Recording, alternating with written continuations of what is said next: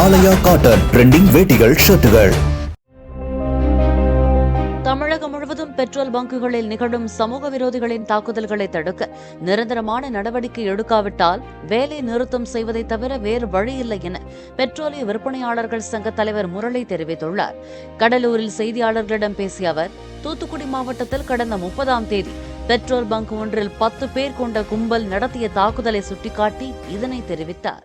சமீபத்தில் தூத்துக்குடி மாவட்டத்தில் Indian oil petrol பம்ப்ல ஒரு பெண் வந்து அதை சூப்பர்வைஸ் பண்ணின்னு வர அவுட்லெட், அந்த அவுட்லெட்டில் திடீர்னு ஒரு 4 பேர் உள்ள வந்து பெட்ரோல் போட இறங்குறாங்க.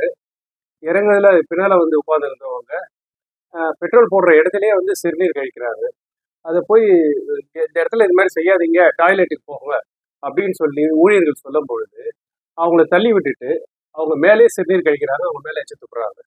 இதை தடுத்து நீங்கள் இந்த இடத்துல இது மாதிரிலாம் பண்ணக்கூடாது, நீங்கள் போங்க அப்படின்னு சொல்லி அவங்கள அனுப்புகிறாங்க. அவங்க போய் 1 மணி நேரம் கழிச்சு திரும்பி அதே இடத்துக்கு ஒரு 10 பேரோட கும்பலோட வராங்க, பயங்கர ஆயுதங்களோட வராங்க. அதில் வந்து அருவா எல்லாம் ராடு, அயன் ராட்ஸ் இதெல்லாம் இருக்கு.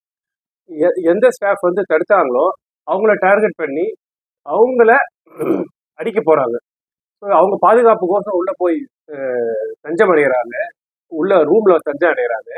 அவங்கள அடிக்க முடியலையேன்ற ஒரு இதில் அங்கே உள்ள பொருட்களை வந்து அடித்து நாசம் பண்ணுறாங்க.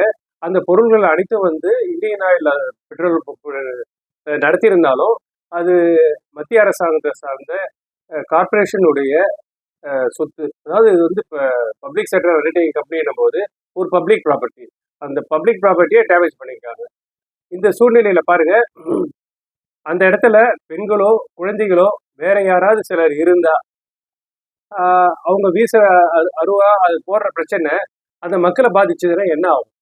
மக்கள் மேல பட்டு இது வந்து ஒரு சேஃப்டியே இல்லாத ஒரு இடமா நாங்கள் கருதுறோம். இது மாதிரி நடக்கிற சம்பவங்கள். இதுக்காக நாங்கள் வந்து தமிழ்நாடு அரசாங்கத்தை என்ன கேட்டுக்கிறோன்னா, அவங்க வந்து மெயினா வந்து போதைப் பொருளை ஒழிக்கணும், போதையில் இருக்கக்கூடாது, மது அருந்து விட்டு ஓட்டக்கூடாது அப்படின்றத வந்து ரொம்ப ஸ்ட்ராங்கா கவர்மெண்ட் கொண்டு வராங்க.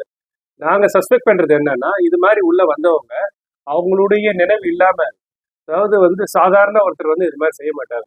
அவங்க ஏதாவது ஒரு ட்ரக்லயோ அல்லது குடிமோதலே இருக்கலாம் என்ற ஒரு சந்தேகம் எங்களுக்கு இருக்கு. அதன் பேர்ல தான் வந்து அவங்க இது மாதிரி அநாகரிகமாக நடந்துக்க உண்டான வாய்ப்புகள் இருக்குன்னு நாங்கள் சந்தேகப்படுறோம்.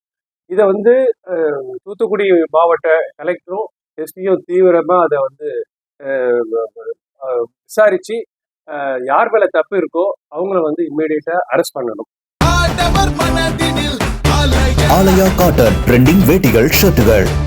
பிளே ஸ்டோர் மற்றும் ஆப் ஸ்டோரில் இருந்து பாலிமர் செயலியை QR கோடு மூலம் பதிவிறக்கம் செய்யுங்கள்.